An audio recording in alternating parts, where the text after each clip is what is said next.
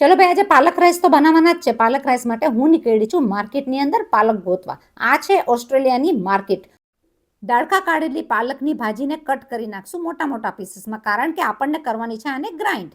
લઈ લેશું એક બાઉલની અંદર. બધી ભાજી આ રીતના આપણે કટ કરી લેશું.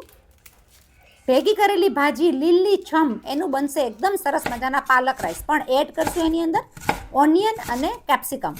કેપ્સિકમની સાથે આપણે થોડા લસણ અને આદુ ઝીણું ઝીણું. ચલો ભાઈ, આટલા વેજીટેબલ્સ આપણે લઈ લઈશું ગ્રાઇન્ડિંગમાં. બધા કટ કરેલા વેજીટેબલ્સમાં કેપ્સિકમ છે, લસણ છે, કાંદા છે. સાથે લઈ લઈશું આપણે કચુંબર બનાવવા માટે, એટલે કે રાયતું બનાવવા માટે ઝીણું ઝીણું કાપેલું વેજીટેબલ્સ. ચોખા આપણા પલળીને થઈ ગયા છે. ગરમ પાણીમાં આપણે એડ કરી નાખશું પાલકને. પાલક ઓસ્ટ્રેલિયામાં બહુ મોટા પાયે મળતી હોય છે, પણ બહુ જ રેતી અને ધૂળવાળી હોય. $1-2 પાલક તમને મળી જાય. આપણી આ બધી વસ્તુ નાખેલી છે, એને આપણે કરી નાખશું ગ્રાઇન્ડરમાં ગ્રાઇન્ડ. તમે જોઈ શકો કે પાલકની પેસ્ટ બહુ જ સરસ તૈયાર થઈ ગઈ છે. ઠંડી પાલક ગ્રાઇન્ડિંગમાં નાખવી. નાખી દેશું બધો ચડિયાતો મસાલો. હું લઈ લઈશ કલર માટે, થોડી એવી હળદર.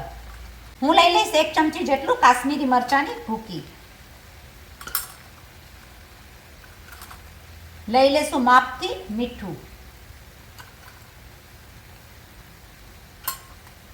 ફ્લેવર માટે ધાણા જીરું મિક્સ 5 ચમચી.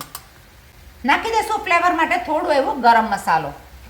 પાલક છે ભાઈ, થોડી એવી ખટાશ દેશું તો વધારે મજા આવશે. લેશું થોડું આમચૂર પાવડર. કરી નાખશું બધા મસાલાને સરસ રીતના મિક્સ. ચલો ભાઈ, વારો આવ્યો ભાત લેવાનો. લઈ લેશું આપણે એની અંદર આપણા પલાળેલા રાઈસ. તમે કોઈ પણ રાઈસ લઈ શકો આની અંદર. ચલો ભાઈ, ત્યાં સુધીમાં તો આપણા ભાત પણ બધું પાણી પી ગયા છે. લઈ લેશું થોડું માપ માટેનું પાણી.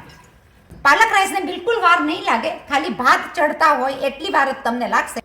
15 થી 20 મિનિટમાં ભાત ચડી જાય એટલે આપણા પાલક રાઈસ થઈ ગયા રેડી. ભાતનો દાણો ગરમ હોવાથી ઠંડા થઈ ગયા બાદ એકદમ ખીલો ખીલો ભાત થશે તો પાલક રાઈસ થઈ ગયા છે આપણા રેડી.